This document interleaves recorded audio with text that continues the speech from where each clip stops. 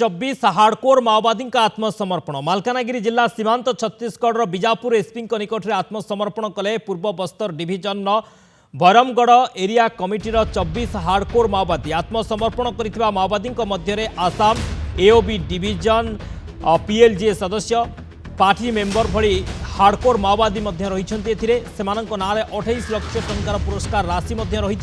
सुरक्षाकर्मी कड़ा सुरक्षा सह माओ दमन ऑपरेशन चलाई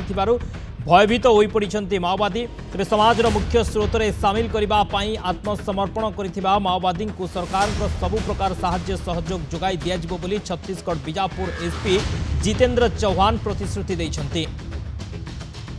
24 हार्डकोर माओवादी आत्मसमर्पण मालकानगिरी जिला सीमांत छत्तीसगढ़ बीजापुर एसपी निकट में आत्मसमर्पण कर हार्डकोर माओवादी पूर्व बस्तर डिविजन भैरमगढ़ एरिया कमिटीर 24 हार्डकोर माओवादी आत्मसमर्पण आत्मसमर्पण कर माओवादी मध्य रही आसाम एओबी डिविजन पीएलजीए सदस्य पार्टी मेंबर भली हार्डकोर माओवादी माने रही जो कि 28 लाख टंकार पुरस्कार राशि रही